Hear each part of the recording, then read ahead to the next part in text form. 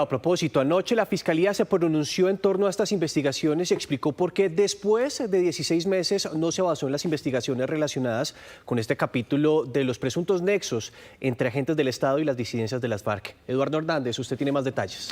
Nicolás, pues es un comunicado extenso, un comunicado de 3 hojas que publica anoche la Fiscalía General de la Nación, 24 horas después de que se conoció el informe especial de Noticias Caracol a propósito de esos presuntos nexos. Empecemos por eso último, ¿por qué la Fiscalía no había investigado?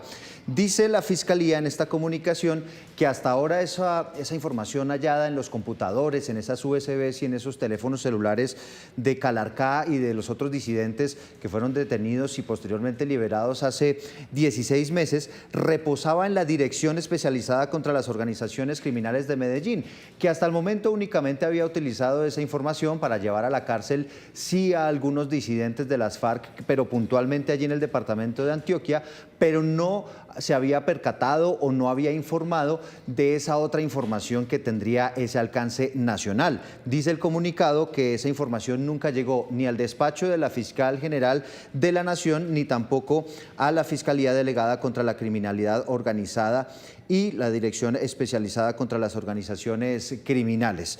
Dado lo que ocurrió con estas denuncias de Noticias Caracol, se ponen ellos a mirar bien cuál es la información que reposa en esa unidad en Medellín y se dan cuenta que efectivamente hay una información muy delicada que nos hablaría de esos posibles nexos de funcionarios del Estado con disidencias de las FARC, y es allí cuando la Fiscal General de la Nación da la orden para que esto lo asuma el delegado contra la criminalidad organizada e investigue toda esa trascendencia que podría haber detrás de este asunto. También se da la instrucción para que la Fiscalía y particularmente la Dirección Especializada contra las Organizaciones Criminales compulsara copias, es decir, enviara toda esa información a la unidad de fiscales delegados ante la Corte Suprema de Justicia, puntualmente para que investiguen las conductas del general Juan Miguel Huertas y la posibilidad de que efectivamente haya esos nexos con las disidencias de las FARC. Eduardo, pero vamos a recordar qué fue lo que pasó. Los computadores de Calarcá tienen su origen en un retén del ejército en Antioquia a varias camionetas de la UNP.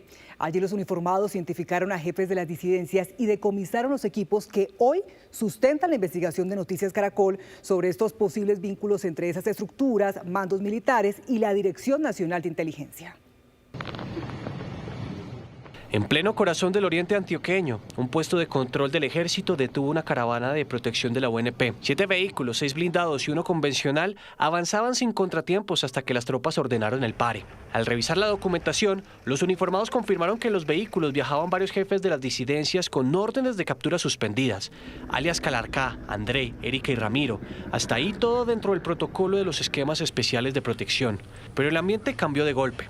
Una persona más estaba dentro de los carros, un hombre que no aparecía en ninguna suspensión judicial, Edgar de Jesús Orrego Arango, alias Firu, experto en explosivos, francotirador y comandante de la estructura 36, señalado además del asesinato de 6 militares en un campo minado de Valdivia 20 días antes. Ahí empezó la tensión. Las tropas cerraron el paso, armas listas, pedidos insistentes de requisa y la negativa de los disidentes.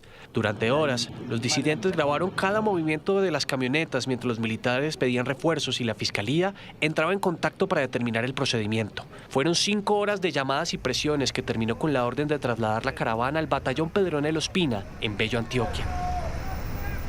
Una vez dentro de la unidad militar fueron detenidos. Se hizo el hallazgo de armas cortopunzantes y de fuego, municiones, celulares, USBs, computadores, radios, antenas Starlink y hasta 60 millones de pesos en efectivo dentro de los vehículos asignados por el Estado para un proceso de paz. Sin embargo, la fiscal general Luz Adriana Camargo emitió este oficio en el que ordenó la libertad de la mayoría de los capturados bajo el argumento que eran gestores de paz y que aún en situaciones de flagrancia no podían ser capturados. Así, 4 de los detenidos quedaron en libertad, entre ellos el jefe del autodenominado Estado Mayor de Bloques y Frentes de las FARC, alias Calarcá, su compañera Erika, y los jefes de Frentes, alias Ramiro y Urias Perdomo. A pesar de sus roles de paz que les permitieron quedar libres, estos disidentes decidieron retomar las armas.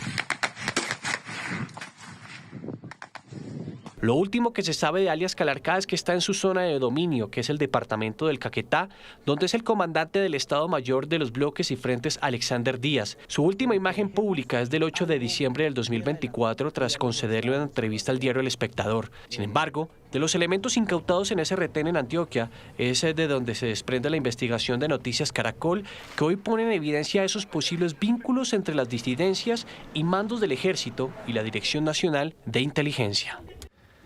Esta noticia ha tenido una repercusión en distintas partes del mundo. Iniciamos con lo que titula The Wall Street Journal de los Estados Unidos, que señala: Colombia ordena investigación sobre vínculos entre militares y narcotraficantes, en donde menciona el informe especial de Noticias Caracol que plantea la infiltración de las disidencias en instituciones de seguridad del gobierno. Por su parte, el país de España titula: decenas de correos y chats vinculan a las disidencias de alias Calarcá con un general del ejército y un directivo de inteligencia.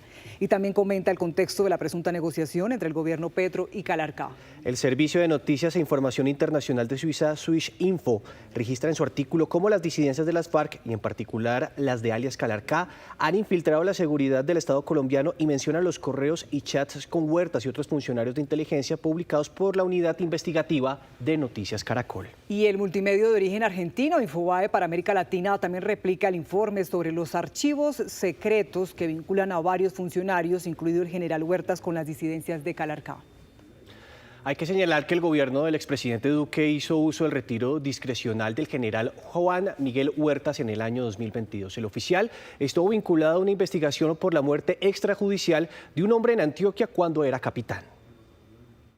Esta es la demanda interpuesta por el Ministerio de Defensa en noviembre del año 2024 contra el hoy general Juan Miguel Huertas y otros 9 militares acusados para ese entonces de participar en una operación militar en julio de 2003 que terminó con la muerte de 4 personas que habrían sido presentadas como guerrilleros.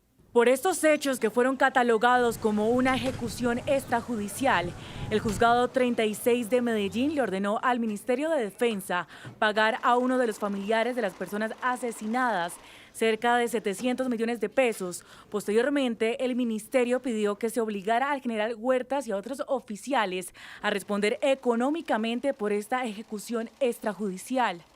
Según el relato de los hechos contenidos en esta demanda, se cuestionó el reporte presentado por Huertas, en donde habla de 4 cadáveres que fueron trasladados desde la vereda San Cosme, ubicada en el municipio de Granada, Antioquia, y que habrían fallecido en combate.